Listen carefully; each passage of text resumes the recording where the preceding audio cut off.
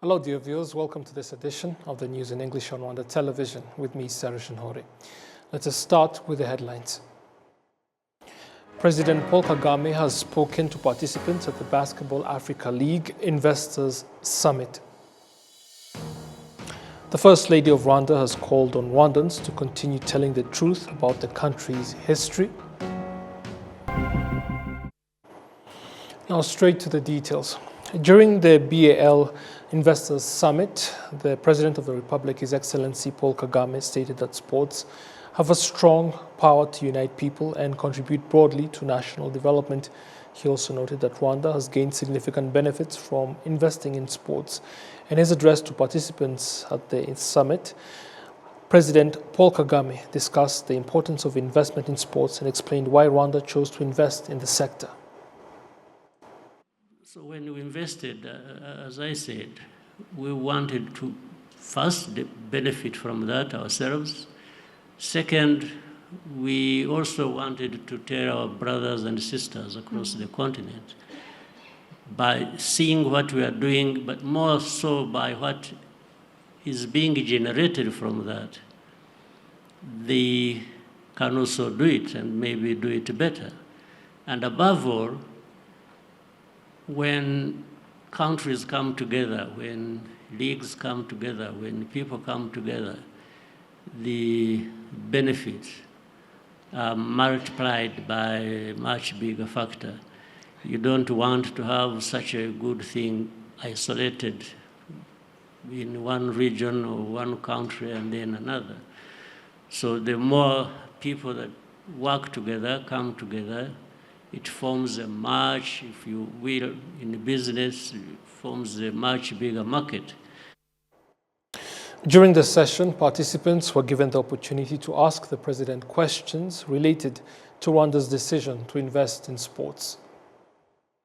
Kagame, first of all, I just want to thank you for your amazing leadership and also to thank you on the behalf of all the African youth for being a great leader and a great example. My name is Buba Kase. I'm the founder and CEO of Green Right Africa here in Rwanda. And my question for you is, what's your advice to the African youth to focus on in the next 10 years?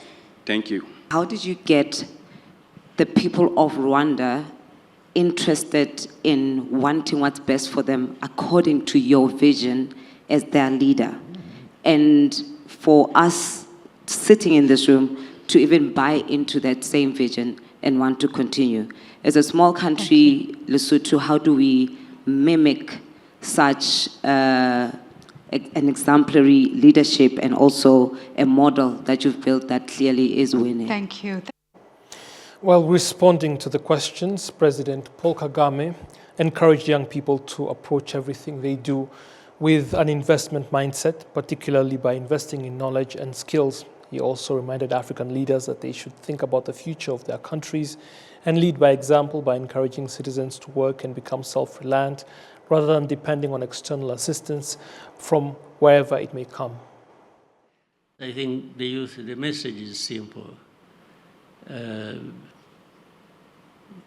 From whatever stage, think about how much you can invest in yourself.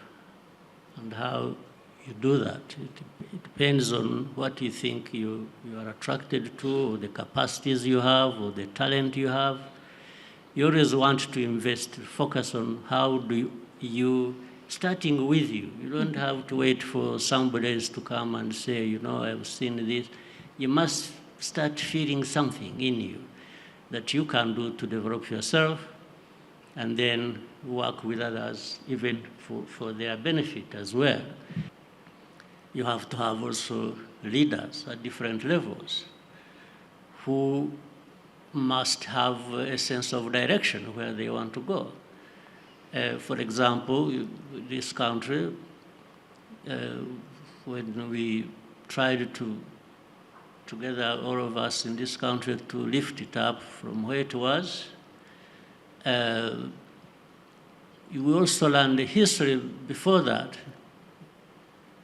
The people of our country, and I guess the number of other countries on our continent, some people think some parts of the world that are doing well owe them a living, that they will come to them and help them whenever there is a need to be helped. The first thing has not been to say, what can I do for myself to get out of it? So our case, our tragic history, showed that after all, really nobody owes you anything. You are there for yourself. The others can come in later to support, to help, but you have to be there first and foremost for yourself. On the issue of Rwandans changing their mindset and choosing to work together in pursuit of development, President Kagame explained that no Rwandan wishes to return to the tragic history the country went through during the genocide against the Tutsi because it devastated the lives of nearly every Rwandan. He noted that for many people, even thinking about the events can be deeply disturbing, which is why Rwandans value every opportunity that contributes to progress and development instead. Now, the First Lady of Rwanda, Her Excellency Jeannette Kagame, has called on members of Unity Club in Rwanda to continue promoting the unity of Rwandans with wisdom and vigilance while safeguarding the truth about the country's history. She made the remarks on Friday during a consultative forum on the history of the genocide against the Tutsi and the liberation struggle that stopped it. The forum took place at the Parliament building, which also houses the museum dedicated to the liberation struggle that ended the genocide against the Tutsi. Participants, including Her Excellency Jeannette Kagame in her capacity as chairperson of Unity Club in Rwanda, first toured the museum where they were briefed on the history of the liberation struggle, how it began and how the Inkotanyi liberated the country and stopped the genocide against the Tutsi. Her Excellency, the First Lady, observed that gathering at the Parliament building itself carried deep significance. Members of Unity Club emphasized that every Rwandan has a responsibility to preserve national unity and to oppose those who continue to spread genocidal ideologies. The First Lady urged the members of the club to continue defending and teaching the truth while protecting the achievements that have been made. The event was attended by around 500 participants, including senior national leaders, members of Unity Club, chairpersons of parliamentary commissions from both chambers, leaders of political parties, the heads of public institutions and agencies, provincial and the city of Kigali leaders, senior security officials, religious leaders, representatives of civil society, youth representatives, and other stakeholders. Now, during the consultative forum on the history of the genocide against the Tutsi and the liberation struggle that stopped it, various leaders emphasized that the history of the genocide against the Tutsi must never be trivialized, noting that its consequences demonstrate that it had been planned over a long period of time before ultimately claiming the lives of more than 1 million Tutsi in 1994. The Prime Minister, Dr. Justin Nsengiyumva, urged participants in the forum to ensure that no Rwandan feels disconnected from the country's history, stressing that it was bad politics that made the genocide possible and left long-lasting consequences. Other speakers pointed out that genocidal ideologies still visible in the region are linked to the same ideology that led to the genocide against the Tutsi here in Rwanda, noting that some of those responsible for those atrocities continue to receive shelter abroad, particularly in the Democratic Republic of the Congo. Now, the Rwanda Correctional Service has urged newly graduated officers who completed basic training and were awarded the rank of Assistant Inspector to carry out their duties with professionalism and avoid any misconduct that could undermine their responsibilities. The remarks were made during a graduation ceremony for junior RCS officers who completed a year of training in Rwamagana district. The junior officers during the graduation parade expressed satisfaction at completing their training, saying it would help them effectively fulfill their duties and serve the country professionally. Parents of the graduating officers also stated that they are proud to see their children entering service to work for the country. The spokesperson of the Rwanda Correctional Service noted that the number of women working as prison officers remains low and emphasized that more women are needed in the profession. The Minister of Interior, Dr. Vincent Biruta, urged the new officers to continue improving their work and to be guided by professionalism and integrity in all their responsibilities. A total of 146 officers completed the training, 21 of which are women. They received instruction in various areas related to prison management, the proper treatment of prisoners, and adherence to professional values. Now, judicial institutions here in Rwanda have urged citizens to make greater use of alternative dispute resolution mechanisms outside of courts, noting that since 2022, more than 34,000 cases have been resolved through such approaches. Various justice sector institutions agree on the importance of resolving disputes outside of the courtroom, a practice deeply rooted in the Rwandan culture. Aloisi Chanzayire, a justice in the Supreme Court, has emphasized the value of such mechanisms. In Rwanda, the pursuit of justice has always been closely linked to reconciliation, unity, and social cohesion. And our history has taught us that sustainable peace cannot be achieved through retribution alone. It requires dialogue, truth, rehabilitation, and restoration. With the adoption of ADR policy and criminal justice policy in 2022, the government of Rwanda demonstrated a strong commitment to advancing restorative justice mechanisms, including pre-bargaining and victim offender mediation. These reforms represent an important shift toward a more human, participatory, and people-centered criminal justice system. I am pleased to note that the progress achieved so far is both significant and encouraging.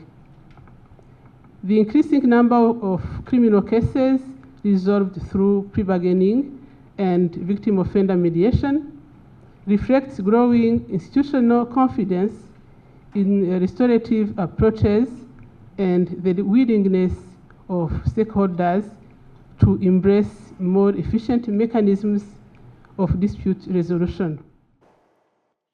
Although there is broad recognition of the importance of the plea bargaining policy, there remains a knowledge gap among professionals who use the system. For this reason, the Institute of Legal Practice and Development has begun training personnel working in the justice sector. Dr. Eme Muyoboke Kamrinda is director of the institute.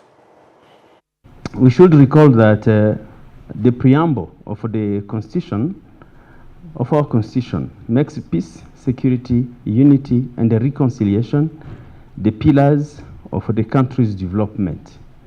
So to achieve this goal, Rwanda has committed to build a state governed by the rule of law, based on the respect of human rights, freedom, and on the principles of equality of all Rwandans before the law, as well as equality between men and women.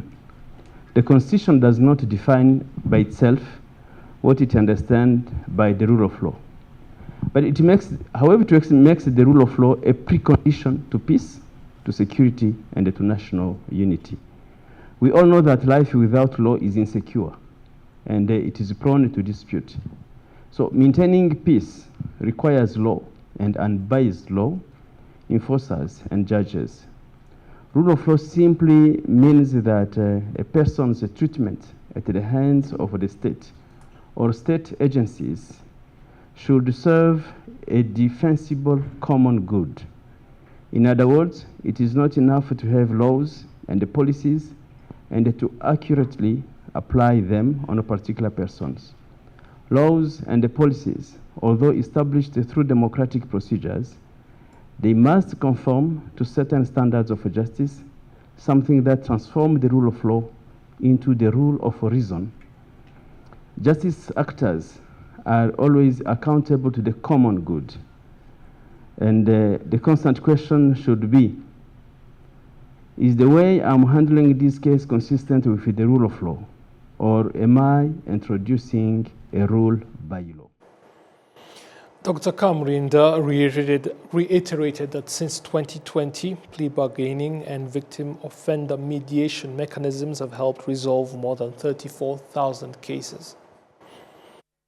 The figures in plea bargaining are very promising today.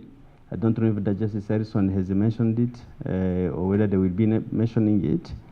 But this process, the first year concluded by June 2023, where we had only 934 cases, lesser than 1,000 cases in June 2023.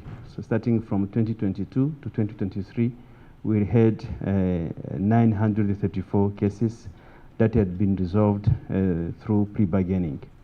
But by June 2024, the figure had rose to 9,851.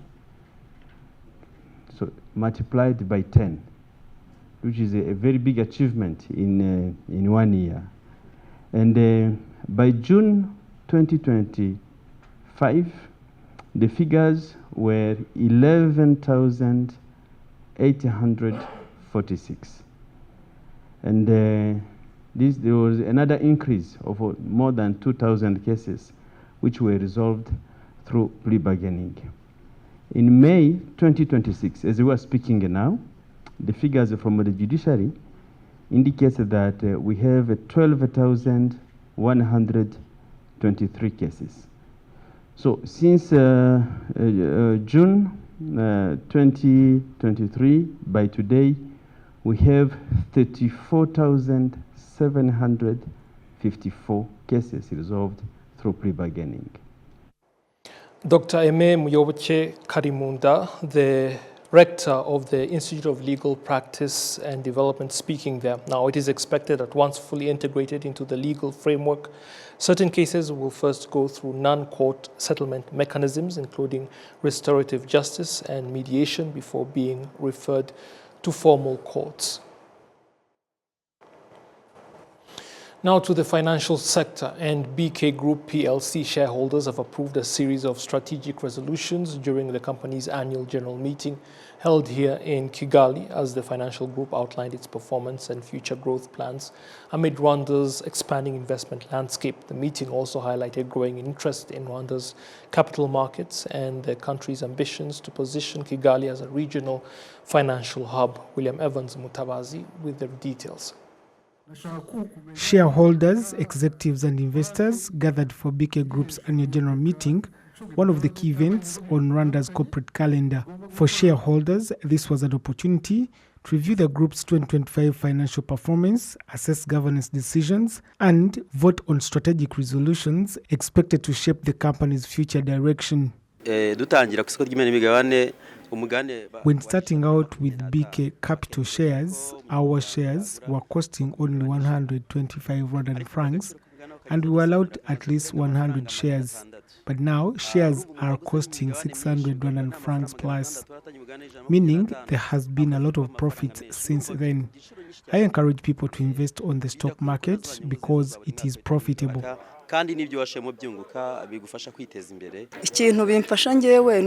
What this does is it helps me save for my vision that I want to achieve in the near future. And there has been progress since I started. I aim to do more in investments.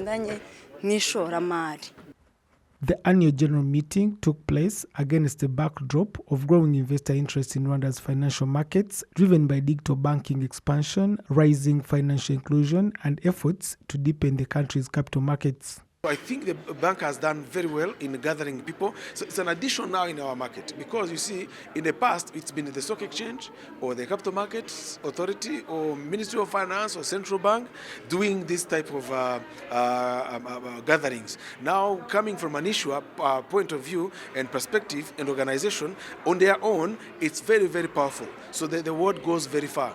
So we are hoping in future we'll have more issuers do that, but also more people to join these types of conversation locally. These are local domestic investors, but I think the message will go far than what we did today.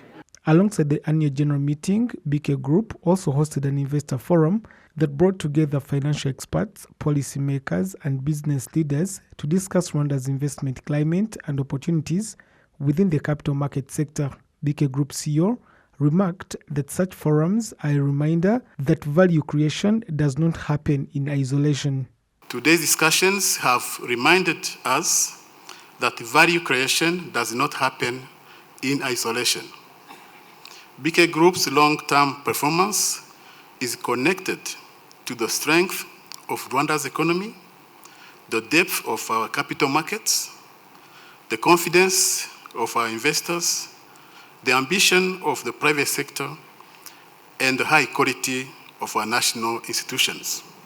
Through our subsidiaries, we connect banking, insurance, investment services, financial technologies, capital markets, and social impact.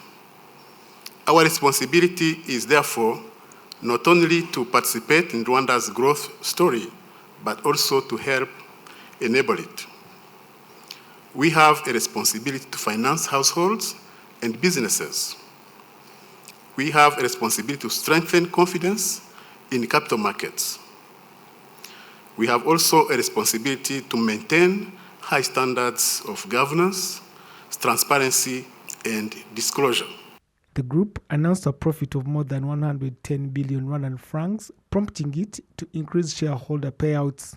More than 49 billion Rwandan francs will be distributed to shareholders in dividends based on the size of their shareholding. William Evans, RwandaTV News. I'll be back again for the next edition of the news in English. I look forward to seeing you. Until then, it is goodbye.